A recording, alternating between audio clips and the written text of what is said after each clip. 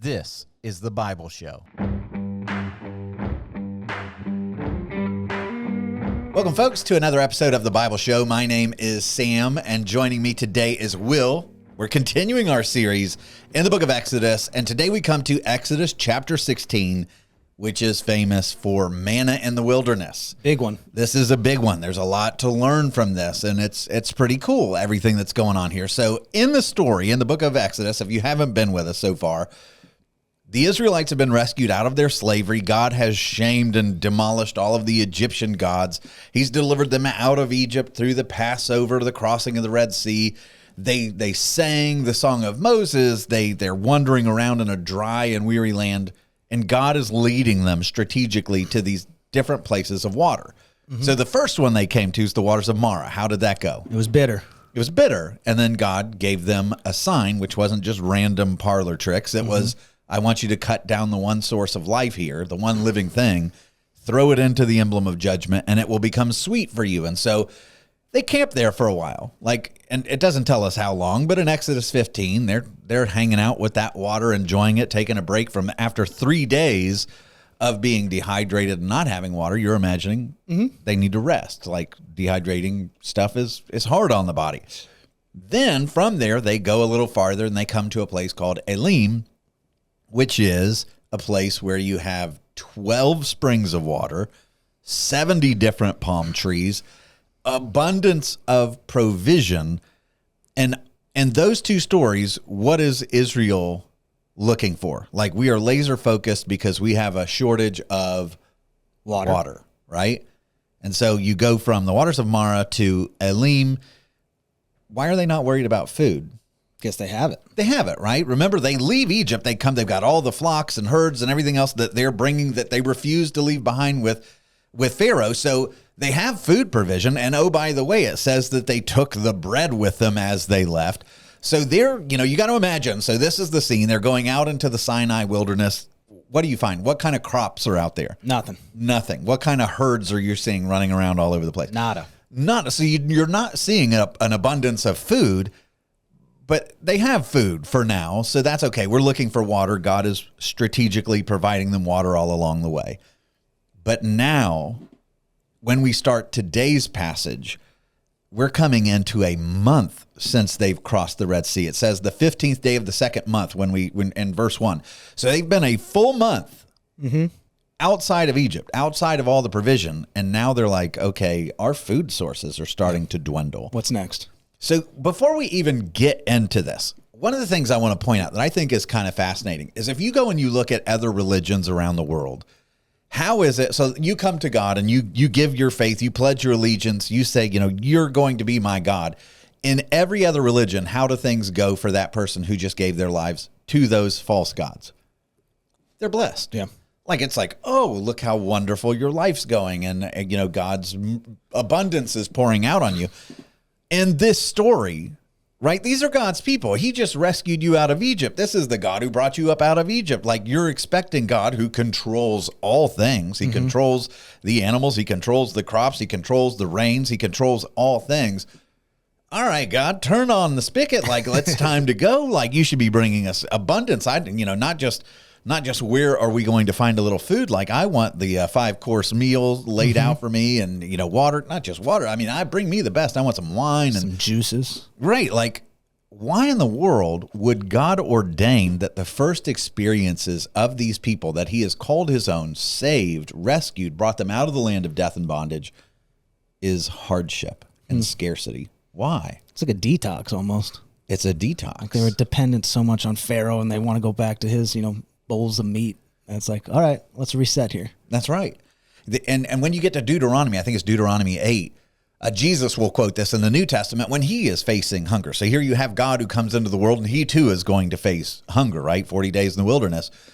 And when Satan comes and says, hey, turn the stones into bread, like, you don't have to do this. You're God. If you're really the Son of God, you shouldn't have to go through this. And God says, he quotes the lesson that Moses is given here, which is, man does not live by bread alone. Well, what does he live by? God. Every word that comes from the mouth of God. And so the reason why God leads us into scarcity is not because he's mean. It's not because he's an absentee, father. what he wants to do is to say, hey, your heart is still so totally like myopic. You think only in terms of what your very next meal is going to be. You're totally caught up in the material world. I want to show you that you can trust me even when none of that makes sense. And so it's like you said, it's kind of like a detox of faith. But it's also, I think, this might be reading into it a little bit more, but I think this is true, that I know so many people that are faithful and they're Christians and they live the right way, and yet they suffer hardships. The apostles suffer hardships. And so when God is giving us this blueprint of what life is like after salvation moment, after the baptism through the Red Sea, right? This is showing us that God's disposition toward us, if we're in a season of scarcity, it doesn't mean that he's not for us. This is, I mean, what have they done? I mean, they're brand new, right? They're brand new following him. And he's like, I want you, my plan for you to grow you is to allow you to experience this season where you're like, I don't know how tomorrow's going to get taken care of. Yeah. Because what's it going to teach them? Dependence on the Lord. I've got your tomorrows. Yeah. So I'm going to teach you now, one day at a time. Can you trust me for your daily bread? Do you hear that? Because what's the whole chapter of manna about? Daily bread. Trusting for the daily bread. And so they're going to suffer wilderness temptations and hunger and thirst and fear and wanderings and grumblings and battles and worse. And every time God's going to be like, I got this. And he delivers them through it. And he's building their faith. You know, some of them, and they're just going to keep grumbling, you know, like we do. But before we get into the chapter, let's not forget that. Yeah, right? Building our faith by watching them also do this. Like, we're all suffering as well, so we understand that wholly, but being able to see their story and how God's using suffering helps me see my story kind of in the minutia of the suffering. It gets lost a little bit. That's right. There's areas in your life, there's areas in my life where I'm like, how's this going to work out? You know, like I don't see it. But it's a daily bread. And you know he does. You know he always has in your life and their life. And so you trust that he will. And it gives you a confidence to walk into that. And so jumping into verse 1, it says, they set out from Elim. Remember, that's the place where there were the 70 palms and the 12 springs of water, the place of abundance, this little oasis. And all of the congregation of the people of Israel came to the wilderness of Sin or Sin. That's not a good sign. Right? Like the name already is like, why would you go there? And just, we'll see in a minute, this is not talking about the wilderness of sin like we hear sin. The Bible's not, they wouldn't have heard that back then in the language and been like, oh, this is the place where we're rebellious against God and we break all his laws. It's not that kind of sin. It says, which is between Elim and Sinai. So they're like somewhere in the halfway mark between this paradise and the place where they're going to get the 10 Commandments. And it's on the 15th day of the second month after they had departed from the land of Egypt. So they're a full month in because they left on the 15th day of the first month. So they come to the wilderness of Sin, and this is not an accident. So God is going to teach something here. This isn't named for sin. It's actually the ancient moon and fertility god.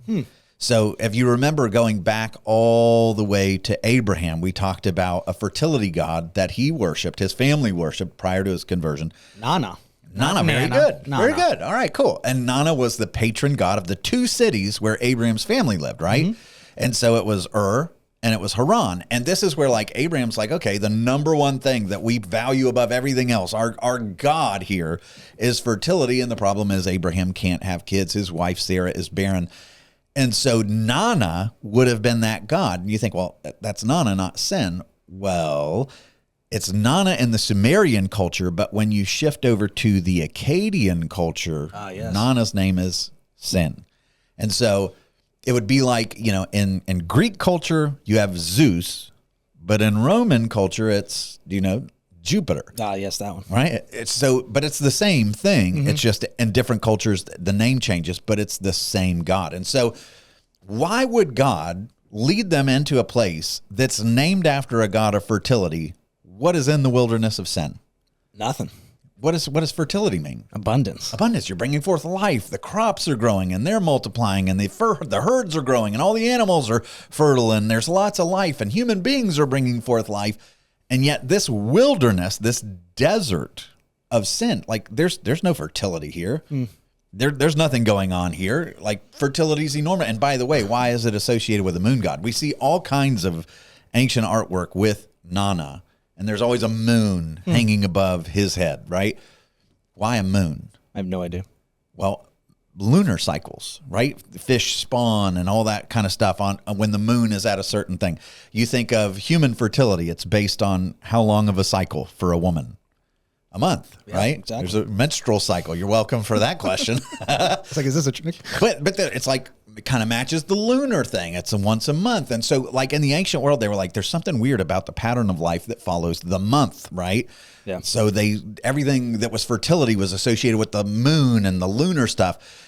And so anytime you see Nana or Sen, there's a moon. And by the way, because this is in the Arabian area, there's probably some reason to believe that Islam's infatuation with the moon on all their stuff, the crescent, has something to do with that being the origins going back into antiquity.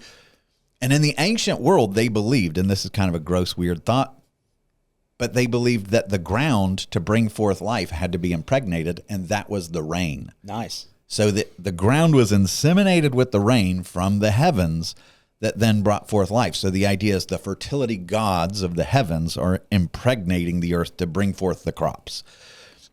What do you not find anywhere in this wilderness? The crops. So where's sin? God's been forgotten. That God is garbage. Like, look around. There's nothing to eat. There's no water. There's no life. There's no fertility. There's no herds. There's no nothing. And God is going into that same area where there's no possibility of life. And he's like, we're gonna dwell here. I think this is gonna be a good place for us. And then he brings forth food and water in abundance to feed this many people in the middle of a land that's been forsaken by a fertility god that has brought no life there. And so you see, like, as you're going through the scriptures, like, how many times do you see that where God is showing up these other gods, showing that they're garbage, they're worthless, they don't meet your needs. And then he shows supernaturally again and again, he's the better God. So that's why the Bible, I think, tells you this is the wilderness of sin. It's a pagan false god. Verse 2, it says, and the whole congregation, which I love that it's using this word. When you think congregation, what do you imagine? Your church. This is church, like, right? This. It doesn't say nation. It's like there is a congregation that's coming around a sacred covenant is the idea. Before they become a political nation, this is a congregation. And it's the whole of them. Yeah. Oh, this part is always like, it's not a few bad apples are about to do this. That's right. All of them. This is the universal spirit going on here. All the whole congregation of the people of Israel grumbled against Moses and Aaron in the wilderness. If you did a search for grumble in the book of Exodus, It's everywhere. like, they are the most grumbling people in a book where you're reading it and you're like, come on, dude, when are you going to learn? And then you look in the mirror and you're like, how many times today did you complain about your life, your traffic, your schedule, your meetings, your whatever? You're grumbling. And who are you grumbling against?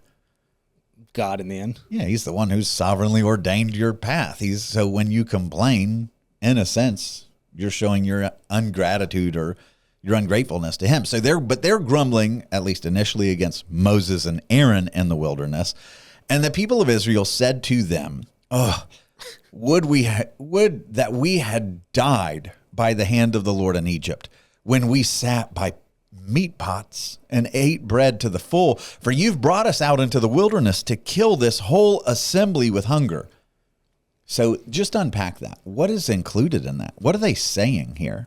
I mean, just crazy. They would rather die in Egypt as slaves than be out here with some wanderings. Yeah, and notice what they say. I wish we had died by the hand of the Lord.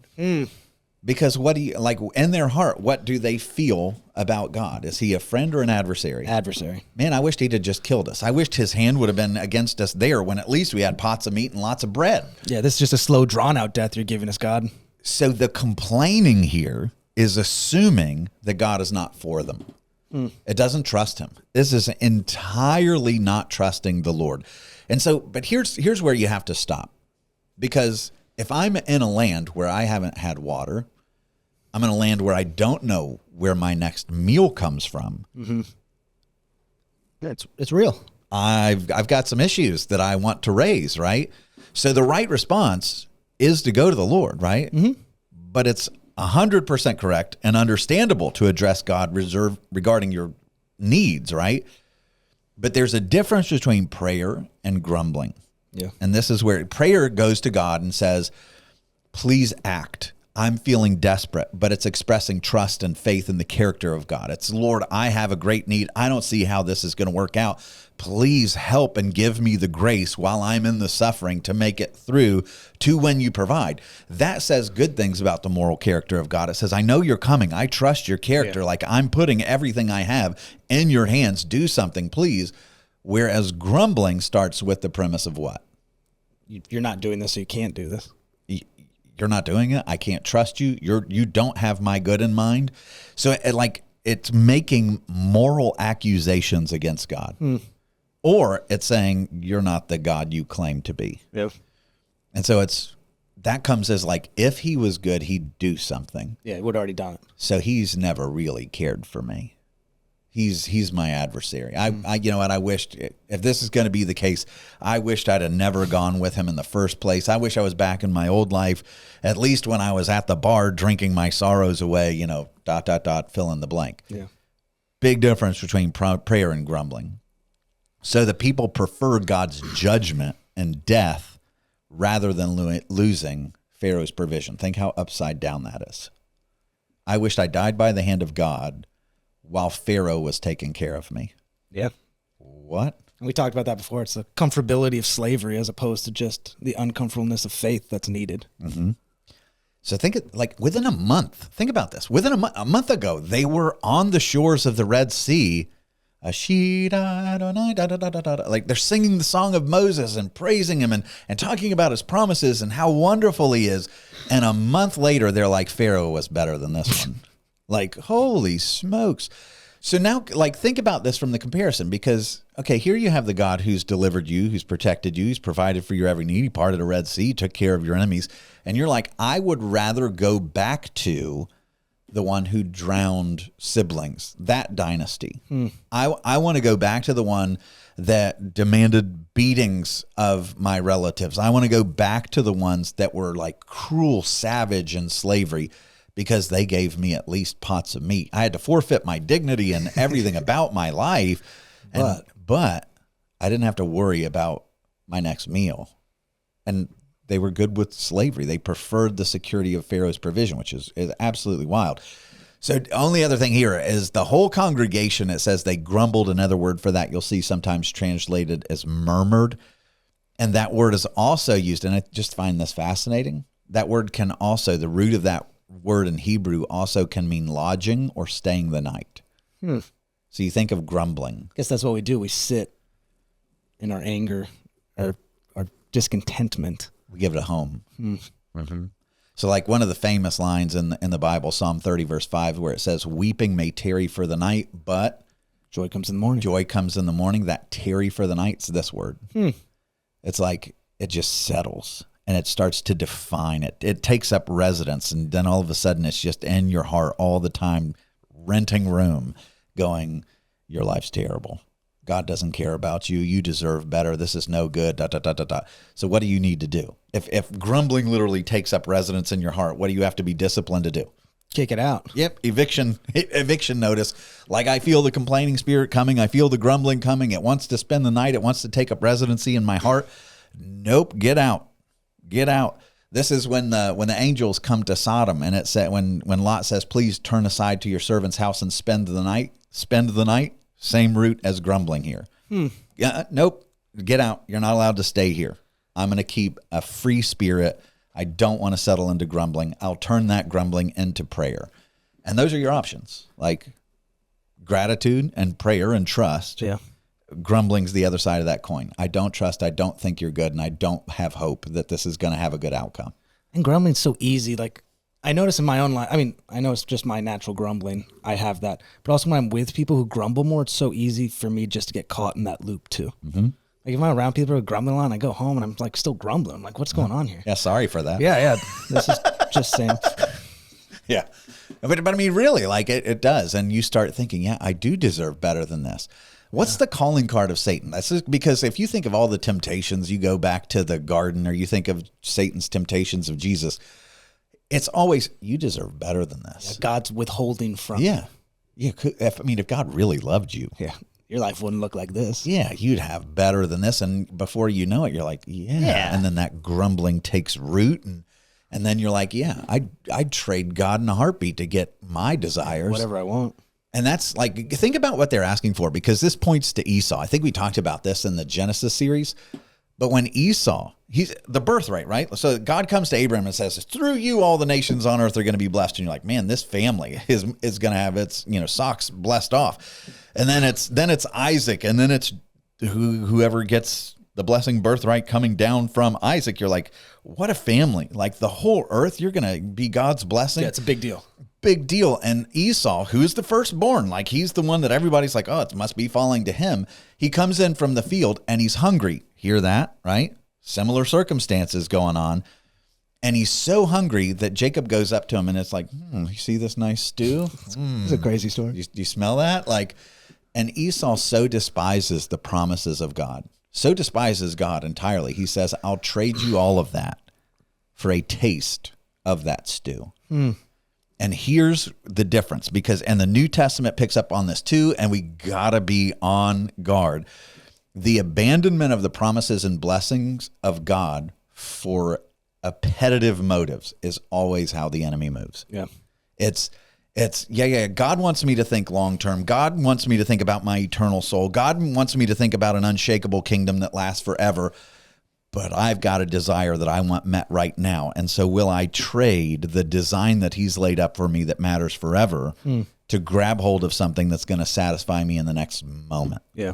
And that's what Esau does. And we know how that story ends for Esau. It's not great. To chase after the momentary at the expense of the eternal is what's always in front of you. So think Philippians 3:18. It says this, for many of whom I've often told you, and now tell you even with tears, walk as enemies of the cross of Christ. Well, how do they do that, I wonder? Verse 19, their end is destruction, for their God is their belly. Their glory's their shame. Their mind is on earthly things. But our citizenship, by contrast, is where? In heaven. What does that mean? Our God is our belly. I don't think they're not going around worshiping like, oh, look at my God. Look at this. I've got a bigger God than you do. But what does that mean? Repetitive nature. I'm just chasing my next appetite. Yeah. Pleasure seeking. Yeah. And when Jesus gives, and this is a terrifying thought, when Jesus gives an illustration, right, of hell, an allegory of hell, he tells the story of Lazarus, who is, this poor guy who suffered greatly, and then the rich man who ignored him, right? Mm-hmm. And in this allegory, he describes the rich man as being in hell, suffering everything, and he gets an audience for just a moment, right? And it says, Luke 16, starting in verse 22, the rich man also died and was buried. Lazarus goes to heaven. The rich man says, and he's in Hades, being in torment. And he lifted up his eyes and saw Abraham far off and Lazarus at his side. And he called out, and you're thinking, oh my goodness, if I'm suffering eternal torment and the beginning of an eternal condemnation, and I get an audience with somebody in heaven, what are you going to ask for? How do I get out of here? How in the world do I get out of here? Can I repent? Can I come to the Lord? Can I say, like, I love you, I want in, I'm sorry for all the ways that I failed, like I want out of here. And notice what Jesus says. He puts in the words of the wicked guy, send Lazarus, the guy that I exploited, the poor man that I looked past all of his life and treated like garbage. Send him to dip the end of his finger in water and come and cool my tongue, for I'm in anguish in this flame. So he gets one request, one audience with heaven, and what is he concerned about? One drop of water. One drop of water that will bring 1 millisecond of relief. What's the lesson there? There are those that are concerned with eternal matters, and even in the anguish of hell, they're still just worried about the next moment, the next appetitive. Yeah. Give my just one desires, moment of pleasure, relief for just a moment. And hear those two options in front of you. One says, I'll lay down this life to gain the next. The other one says, I want to gain this life even if I have to lose the next. It's a sobering warning. Don't grumble. Don't say I want it now, right? So like all of that plays into this.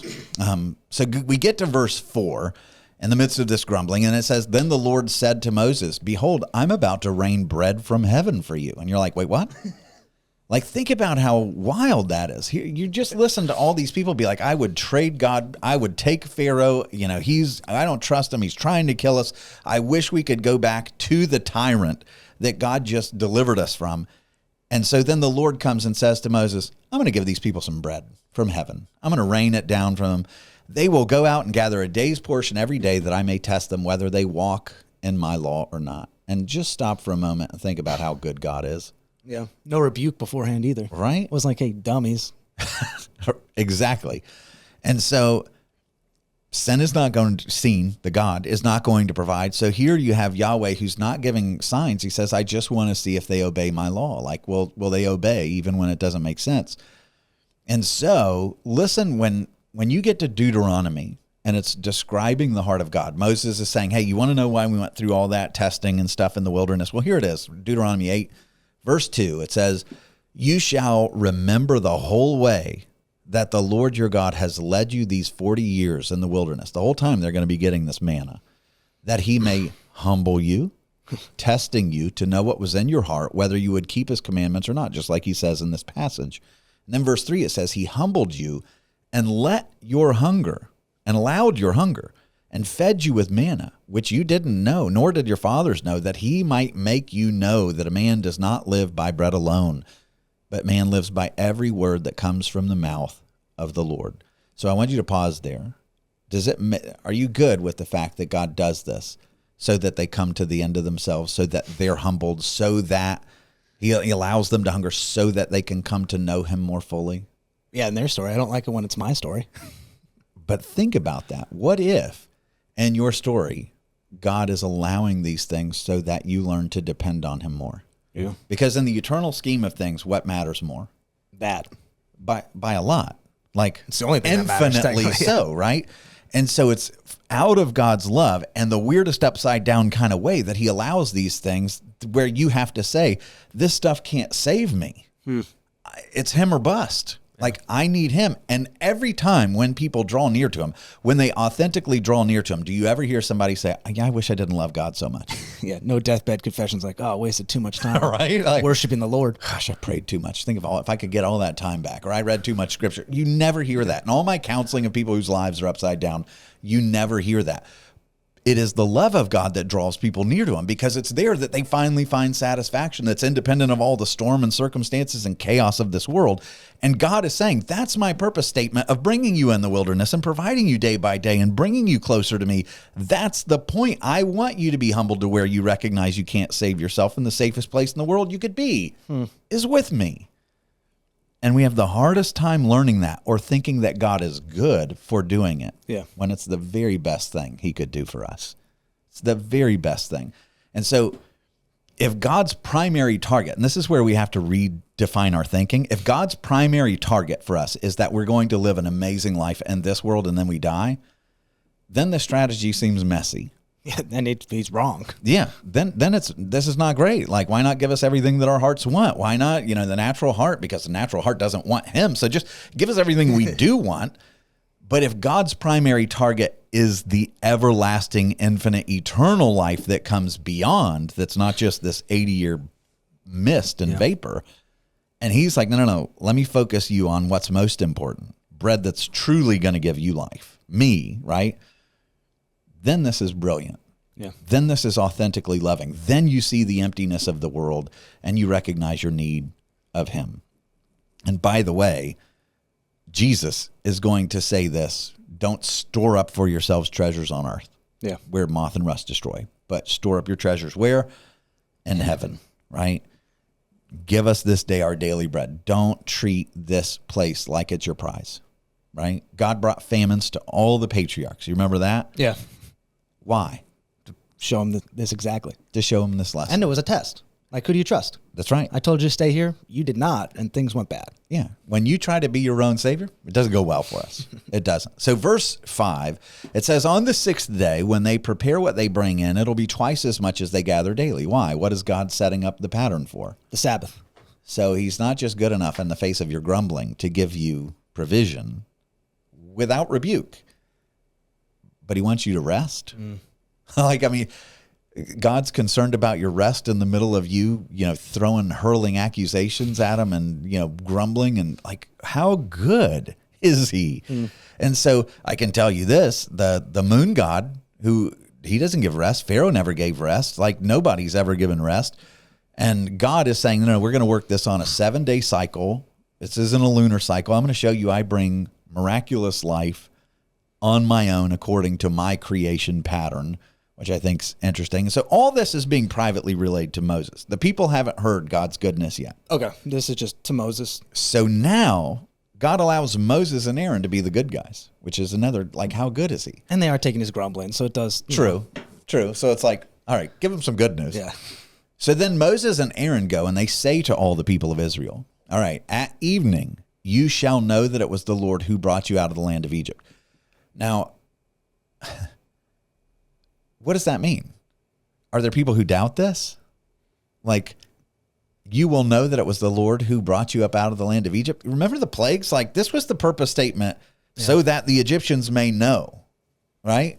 Mm-hmm. Now he's saying, like, my own people, I'm still having to prove myself to them, so that you'll know that I'm the Lord that brought you up out of the land of Egypt. In the evening, and in the morning you shall see the glory of the Lord, because he has heard your grumbling against the Lord. For what are we that you grumble against us? Like Moses and Aaron, like we're just following the cloud, right? Trying our best out here. Right, you're coming to us. What are we? We don't control this. But I want you to imagine, if you're the people, because we hear this because we know what God just told Moses, but if you're the people and Moses comes and you're grumbling and everybody's out there going, our God stinks and I don't like him, and you know he's bad and Pharaoh was better, and all of a sudden Moses shows up and says, hey, at evening you're going to know it was the Lord, and in the morning you're going to see his glory. What are you thinking? I'm still hungry. You're still hungry, but are you thinking God's coming to be like, hooray, I'm here with you? That's true. Or if you're grumbling and Moses says you're going to see the glory of the Lord tomorrow, Be a little nervous. I'd be like, it's like, you know, my mom saying, wait till your dad comes home.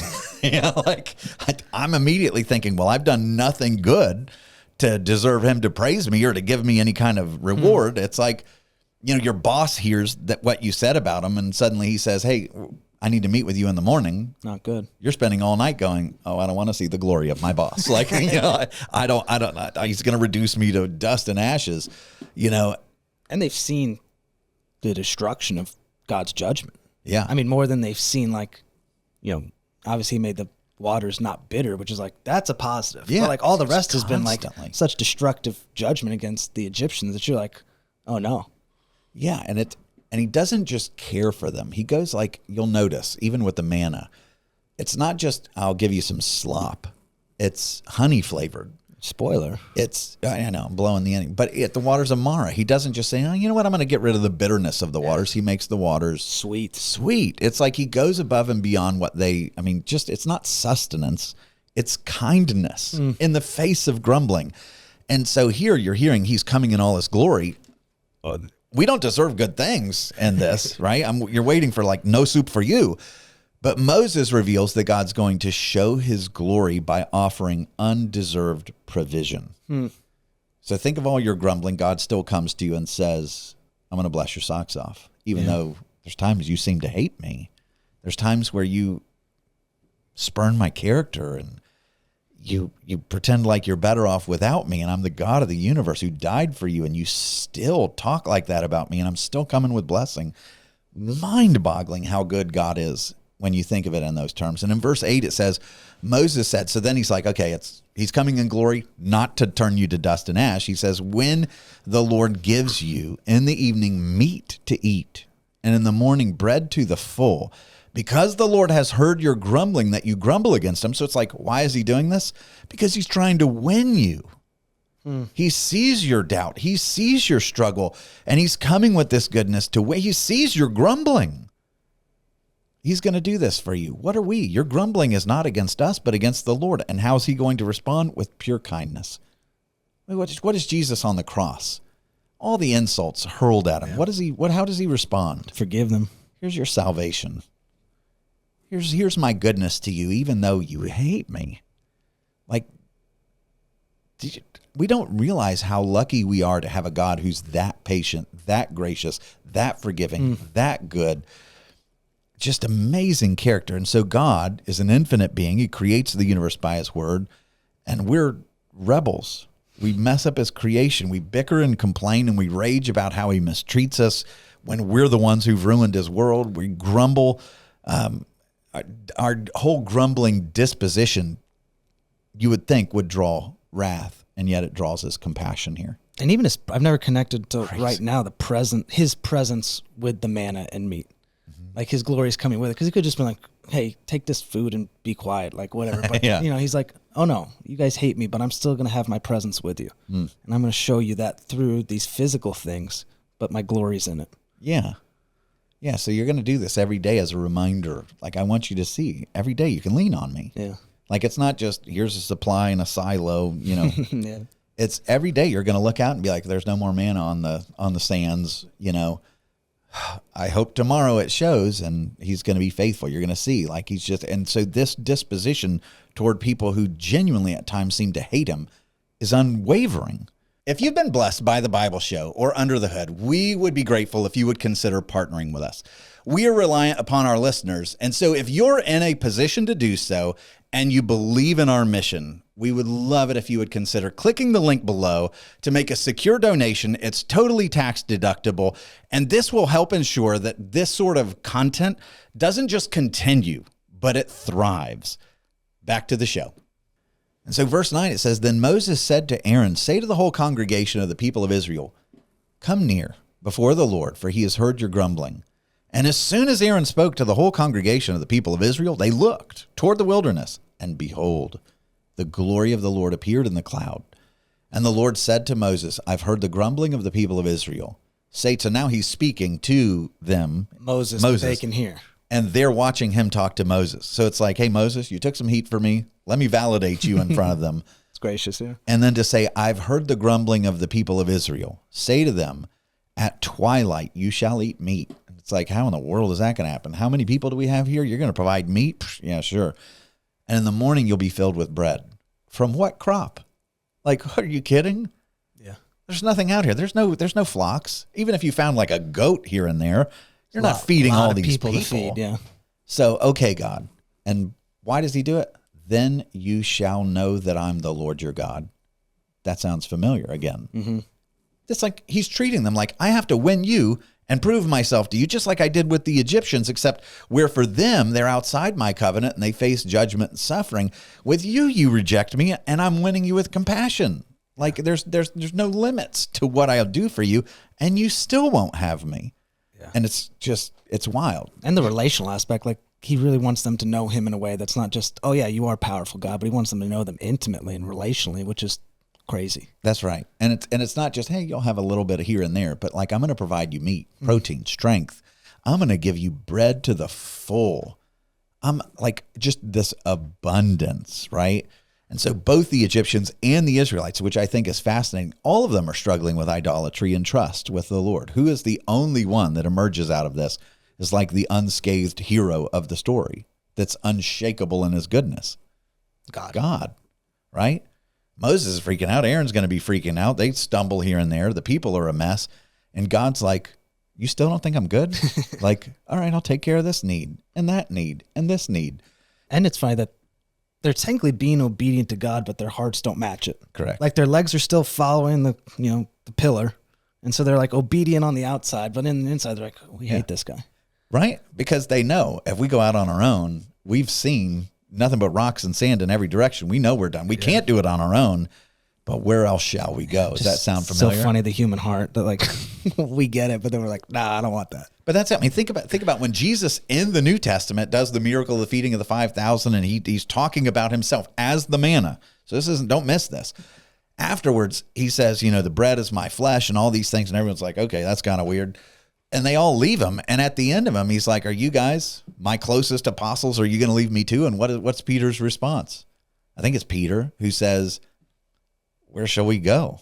Where else shall we go? You have the words of life. Like, we're kind of stuck with you. There's nothing better. Yeah. It's not like, of course we'll never, like, but it's, where else shall we go? And I think that's where they're at. Like, you've been taking care of us. We have no other option. Yeah, we're not to our liking, but That's right. And then that crowd comes back and just wants their bellies filled again. That's right. If we could make the trek to Egypt and survive, we'd probably do it on our own. Yeah. But we're stuck with you now, and we hate it.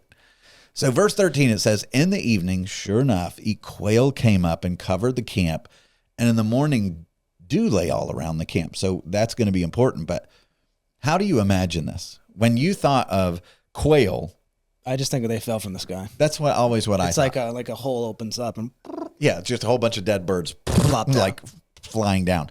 So it says in Numbers 11:31, it gives us a hint at this. But it says, then a wind from the Lord sprang up, and it brought quail from the sea and let them fall beside the camp. And you're like, okay, well, that's different. It's not a hole in the sky where they just fall down dead. And this is actually a natural phenomenon. You can Google this. And in Egypt, on the shorelines of the Mediterranean, they put up nets because during the year, migratory quail fly from the north of the Mediterranean Sea, and they fly all the way across the Mediterranean Sea, making that whole journey. And the moment that they see land, what do? They just plop down. They crash. And then they're so exhausted from the migration that they can't get back up. Like their wings are so Sitting tired. ducks. Sitting quail. Yeah. There you go. So you'll see nets all around the shorelines of the Mediterranean in Egypt. Why? Because they can't get altitude. And so in trying to figure out flight again, they go right into the nets. And even to this day, they have population issues with quail because they're catching too many. That's messed up. So when it says that a wind blows them off course, these are the migratory birds. And what happens? They come down, they can't fly, they're exhausted. And the Israelites are like, oh, easy pickings, right? So they just go and grab them. This was from The Guardian, which is a newspaper in England. But it was highlighting this problem they're having today. It says, many will fly across the eastern Mediterranean toward Egypt, where they will land exhausted on the coast, along which hundreds of kilometers of trappers' nets have been spanned. And so that's what's going on here, except the Lord supernaturally blows them off course and is like, normally these quail go to Egypt, but not to make things worse for Egypt. True. Which, by the way, there's Egyptian ancient art where it shows them catching the quail in nets. So we know it happened back then too. But God takes the wind and goes and blows them off into the Sinai wilderness to where they land right on the Israelites, which is just, again, amazing that he would do this for them. Have you ever had quail? Protein. I don't know that I have. I don't think so either. I think I've had a quail egg. I know people that I know have, shot them. And we should get some quail. Quail? I wonder if it's any good. I've seen the breast. It doesn't seem like it's worth the effort. No. Well, I'd have to be really hungry to have to pluck and pull out but even still, quail's kind of like one of the fatter birds. So it's the kindness of God, but it's still not like a turkey or a chicken where it's oh yeah, worth it. Sorry. Imagine if turkeys came flying for the sky. That'd be crazy. Well, yeah, that'd be really crazy. All right. So verse 14, it says, when the dew, because remember the ground has now got quail. They're like, woohoo, getting our meat. Well, then dew settles. And I never knew this because I've never lived in desert climate. We're down in the most humid place on earth, I think. But anyway, deserts get dew all over the ground. Did you know that? I always thought that they were bone dry, so this wouldn't happen. So I thought the dew was like a miracle. But because deserts go from being outrageously hot during the day and then really cold at night, any condensation is and so they do get dew on the desert in this region. And so, but here's the thing, in the darkness of night, you can't watch the dew fall. You see it cover the ground. It seems empty. You didn't notice anything. Okay, God's promising that he's going to rain bread. Where is it? There's never any bread that rains down, right? Yeah. It's just in the morning there's dew and you're like, God said he was going to rain down bread. I don't see any. Well, then the dew dissipates. And here we go. When the dew had gone up, there was on the face of the wilderness a fine flake-like thing, fine as frost on the ground. And when the people of Israel saw it, they said to one another, what is it? For they didn't know what it was. I've never seen anything like it. And the Hebrew for what is it? Manna. Manna. It's where that word comes from. That's right. And so, but it's communicate. It's a fine flake-like thing, fine as frost on the ground. What do all those words make you think? Fine, flake-like, fine, frost. It's not very permanent. Yeah. It's like, when you think of a flake, you grab it and it just dissolves in your hand. It's fine. It's like, what happens if you try to grab a piece of frost. Just goes away. It just goes away, right? And so it's like communicating that it's so fragile, and yet it's covering the ground. And so they never saw it come down. They never saw it rain. It's just they wake up and the dew, which is a word that is symbolic of blessing all throughout the New Testament, as soon as it begins to dissipate underneath is their meal for the day. Every single day. No downpour. Every day, it's kind of like a surprise. Is it going to be under the dew? It's like unwrapping a present or something. And then it just appears out of nowhere. Ex nihilo. God creates from nothing. Where did this come from? There's no root system. Like it's under the dew. It never actually came down. So like, how did it get under there? It didn't come up from the dirt. Yeah, it didn't come down from the sky. It's just under the dew somehow magically, which means what is God communicating? He can create anything. I create out of nothing. Gee, that sounds a lot like the Creator. And they're totally baffled. So it doesn't come from the sky. It says rain down, but it does not. It's found underneath the dew. It'll say rain down, but it's speaking figuratively. Learning that right now. Like a gift from the heavens. And it'll say rain down repeatedly, right?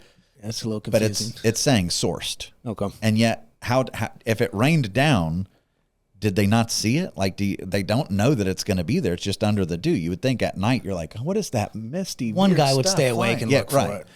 But it's always a surprise underneath the dew. So Moses said to them, it is the bread that the Lord has given you to eat. This is what the Lord has commanded. Gather of it, each one of you, as much as he can eat. You shall each take an omer according to the number of the persons that each of you has in his tent. So what's an omer? It's like, if you imagine a measurement, it's 2.2 liters. So imagine a 2-liter bottle of Coke or something like that. And a 0.2. And each person gets one. And every single person is going to get one, right?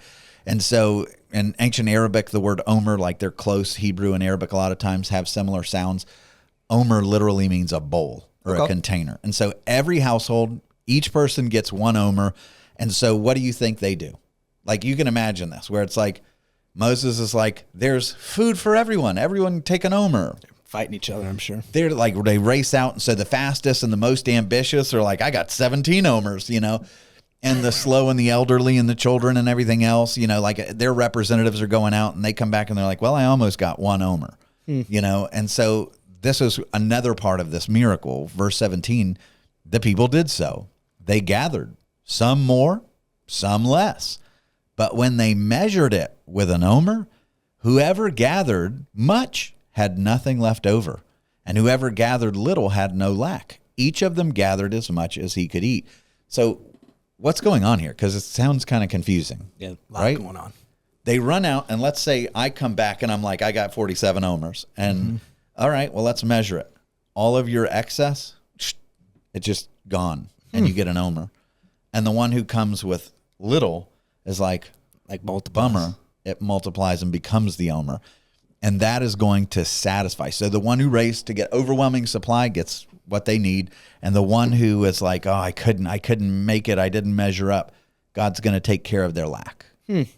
That's the miracle going on here. It's not just that there's manna on the ground. It's that God adjusts the supplies supernaturally to fit every single person, no matter the ones who are striving, like, I gotta store it up. I gotta get more and more and more. God's going to be like, nope, this is what you need.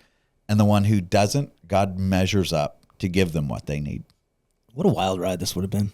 I never think about it from their perspectives. I'm just like, oh, this happens. God's supernatural. But could you imagine that first day? Yeah. You're going out. Quails just flew from the sky. Yeah. You don't know you don't know the eastern wind or whatever that is. You're just like, quail. Then all of a sudden there's flaky bread on the ground. You're like, what in the world? And God had promised that, like before this. And it's like, is this what he meant? The quail? Like, oh, what is this weird stuff? You want me to eat this? It's going to taste like honey. Like, it would have been absolutely wild. And John Calvin, just so you know, like, respected commentators agree. John Calvin says, by this miracle, God would show that he alone is the sustainer of his people, that human industry or diligence alone avails nothing without his blessing, right? No matter how hard you work, no matter how much you gather, like, he's the one who determines what you get. Matthew Henry says, providence so ordered it that he who gathered much had nothing over, and he who gathered little had no lack. This was to teach them that they must depend upon God for their daily bread. And at the end of the day, that's what God gives them. What is he teaching? Every morning, you're going to wake up and like if on day one, you're like, I'm getting 17 omers and you run around and you burn yourself out, chasing everything down. And God goes, you got an omer. Day two, you wake up and you're like, all right, I'm going to go get my 17 omers again and see if I can skirt it past. And it's like, you get an omer. What is God training them to do? Just take a daily bread. Take a daily bread. Stop spinning your wheels and running in the rat maze and trying to store up. Like, I got you. Don't worry about tomorrow. I got you for tomorrow too. And for the one who's lacking, who's like, I'm never going to be able to make it. I didn't get enough. I got you. Right? So, and both sides, he's tempering the over-industrious who think they have to do everything by their, God's got your needs. And for the one who can't measure, I got you. And so he's training this, and it's a message to greedy hoarders is stop hoarding. Like, I'll meet your needs. And the message to the weak and the hesitant is don't worry, I'll be sure to add to your plate. Paul will quote this in 2 Corinthians 8:15, if you want to look at it. Like, what he's saying is this is how the church should be. The ones who have 17 omers should scrape it off and help the ones who don't have a full omer, right? Like, be like God. Use it to make sure that the ones who lack are taken care of. Paul says that's a message to us as well. So we see the same exact provisions. Remember, we talked about this just a minute ago where Jesus does the miracle of the feeding of the 5,000 in John 6. Yeah. He compares himself and he says that he is the bread from heaven, right? He says, he refers to Moses, and that's where he's going to say, I am the bread of life. Those who eat of me will never hunger. But in that, listen to this, because part of the miracle of the feeding of the 5,000 is also the provision, just like you see from God here, where it says in John 6, verse 13, it says, so they gathered them up and filled 12 baskets. So they've gone around, they fed everybody. They got baskets with, parts of the 5 loaves that the kid provided. And everybody keeps grabbing in the basket, and there's just more to feed 5,000 men and all the women and children.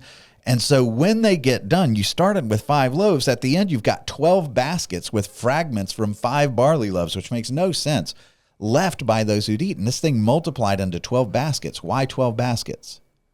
12 apostles. 12 apostles. So everybody had their omer full, right? And he gives this perfect amount at the end of the miracle. And what do the people say? When the people saw the sign that he had done, they said, this is the prophet who is to come into the world. Why? Because they saw the one who's claiming to be the true manna from heaven just made everybody's omer full. Like everything about this miracle was done to precision, and it's making you remember this is like the God who provided manna to Moses and the Israelites. Like, gee, that's not an accident. Yeah.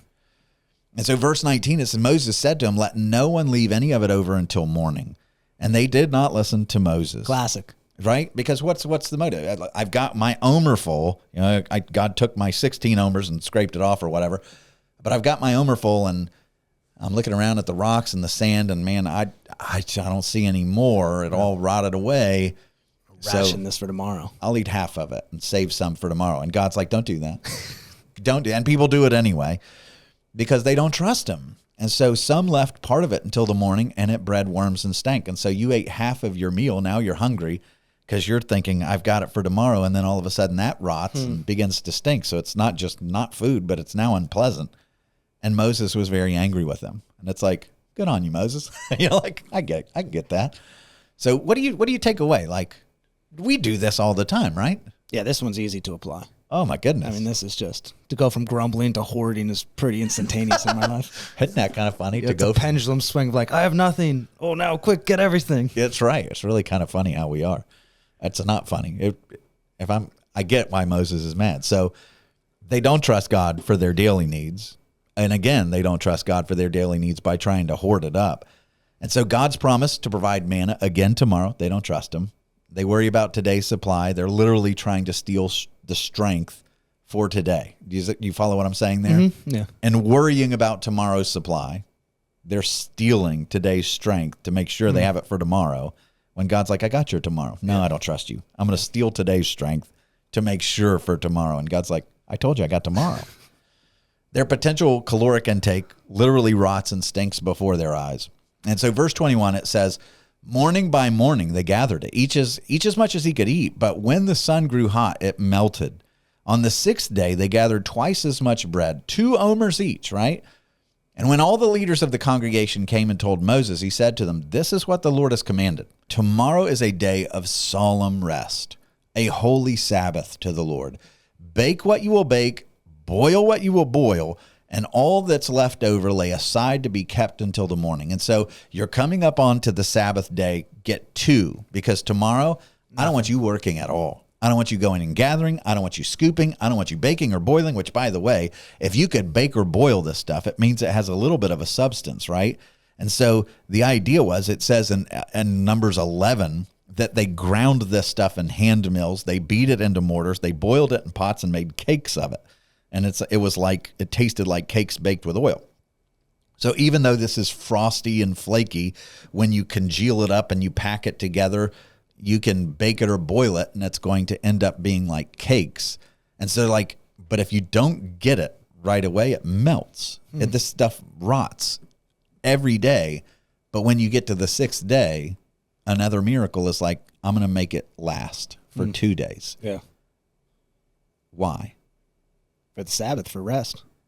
Yeah. And so as slaves, this is something we don't understand because we get weekends and we get vacations and paid time off and sick leave and whatever else.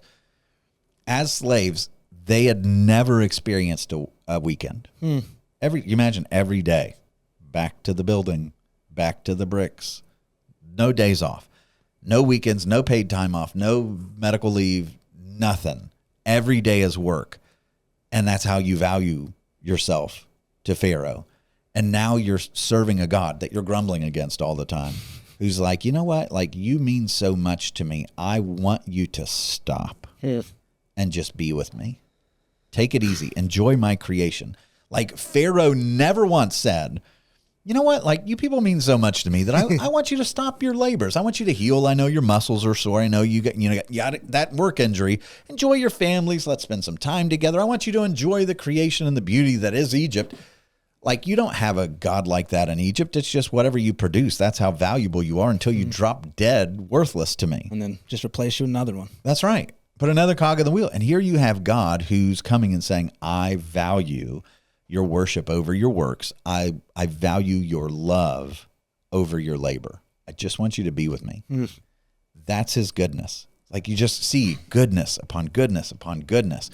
And even before he codifies in the 10 Commandments, that is his heart, is the Sabbath. I think we all forget that, like, oh, that's just the rule he established in the 10 Commandments. But no, this is coming before that. Yeah, it's so good for us. Like, when we get to the 10 Commandments, the fourth commandment, which is Sabbath, it's so essential. And we look right past we're so bad at really understanding the importance of rest. Yeah, it's so funny, our culture, like, we just enslave ourselves. Like, this whole idea of no days off is like a popular slogan, I know, for like working out and stuff, which makes sense. But like, even like, we run to work every single day.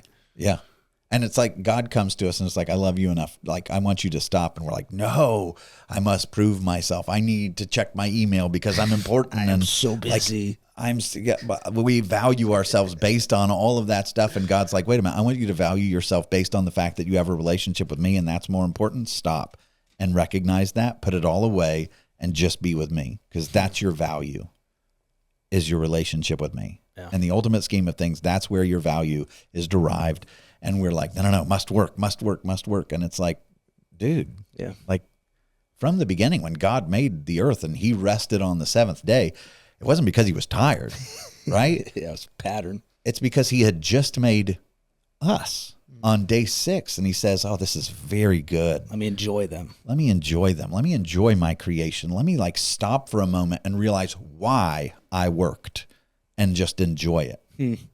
And that's what he calls us to participate in. And so, verse 24, so they laid it aside until morning, as Moses commanded them, and it didn't stink, and there were no worms in it, right? God honored the Sabbath instruction. And Moses said, eat it today, for today is a Sabbath to the Lord. Today you will not find in it. You won't find it in the field. So on day 7, the Sabbath, there's nothing out on the rocks. There's nothing on the sand. It's just manna didn't come. 6 days you shall gather it, but on the 7th day, which is the Sabbath, there will be none. And so this is purely supernatural, obviously, makes zero scientific sense. But all of a sudden, on day 6, when he gives double the supply, it doesn't rot. The excess doesn't rot. And God is ordaining all of this to take care of you, supernatural power over everything, no gathering, no work, no cooking. And on the seventh day, verse 27, some of the people went out together, but they found none. So even still, people are like, you think there'll be some? Let's go check it out. We get more, like hide up our extra omers. And the Lord said to Moses, oh my God, like how long will you refuse to keep my commandments and my laws? So it's the first time you see the Lord being like, what are you doing? Yeah. See, the Lord has given you the Sabbath. Therefore, on the sixth day, he gives you bread for 2 days. Remain each of you in his place. Let none of you go out of his place on the seventh day. Relax, take a break. So the people rested on the seventh day. And here, like 3 strikes already in the story. Strike 1, they attempted to gather more than what he said, right? And people are like, oh, I'm going to hoard up. Then they attempt to store manna for more than 1 day. Like, oh, I'm going to only eat this much to store it up, because they don't trust God. And then they race out on the Sabbath morning to find more manna. Why? Because they don't trust his words. They don't trust him, and they're enslaved to it. And God, it's like, where has he failed? Like, where does this distrust come from to where you're running out every time? Yeah, no one's died of starvation. He's taking care of your needs. And then it's like, okay, mirror check again. Holy smokes. Like, we do this all the time, where we doubt God's provision, though he's been faithful always to us. And it's like, and he's still going to chase after us faithfully, even though we doubt, and even though we grumble, and even though we circumvent and do all these stupid things that we do. And he's just relentlessly good. And we'll still bicker and point fingers at him like he's bad or something, you know, when we're angry. And that's what the grumbling heart really is. And it's like, he deserves so much better. And yet he's good still. Verse 31, now the house of Israel called its name manna. It was like coriander seed, white, and the taste of it was like wafers made with honey. So it's radical goodness of God. In response to the grumbling and serial mistrust, they get plump birds, right? And manna, like cakes that taste like honey, you know, like just good, and a half-gallon material to make these cakes. And so I sometimes wonder, like, if the manna being honey flavored was like a foretaste of what God had promised. Like, you're out here in the wilderness. And by the way, why are you in the wilderness for 40 years? Because when I say go in the promised land, you're like, we can't, you know, like, because you don't trust God to take the promised land. So you wander around for 40 years in the wilderness, avoiding the land of milk and honey, but God still gives you a little bit of a foretaste of something that tastes like honey, like even in your disobedience, which is crazy. Verse 32, it says, Moses said, this is what the Lord has commanded. Let an omer of it be kept throughout all of your generations, so that they may see the bread with which I fed you in the wilderness when I brought you up out of the land of Egypt. So God's like, again, remember. It's so important to remember. We're going to set aside one so that all future generations can remember my faithfulness. And Moses said to Aaron, take a jar, put an omer of manna in it, place it before the Lord to be kept throughout all your generations. And this is before there's anything to put it in. We don't have an Ark of the Covenant yet. We don't have a tabernacle. We don't have anything to put it in. But God's like, there's going to come a day where this is coming. I want you to set it aside, which is weird because what happens to manna every day? Gets gross. It's rotten. But this manna is going to sustain and survive for all generations. How and why? Because it's in the presence of the Lord. It goes into the Ark of the Covenant where his glory dwells. And in the presence of God's glory, death has no power. Yeah. Even the manna won't rot. As the Lord commanded Moses, so Aaron placed it before the testimony to be kept. And all this is looking forward. Verse 35, the people of Israel ate the manna for 40 years till they came to a habitable land. They went into the promised land. They ate the manna till they came to the border of the land of Canaan. And then, like, right after they cross the border and they go into the promised land, God shuts the spigot off and the manna's done and they start eating the first fruits of the promised land. So his provision is like just ready to go.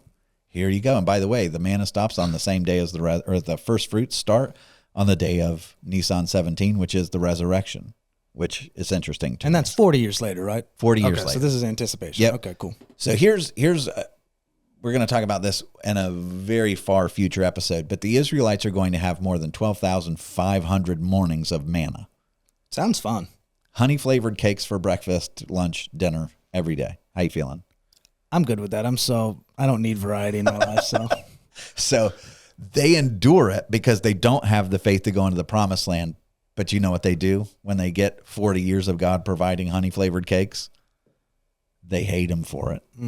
So listen to this, Numbers 21. We're coming in for landing. It says, and the people became impatient on the way. Well, they're out where they shouldn't be because they should have obeyed God to go into the promised land, but they can't because they're cowardly.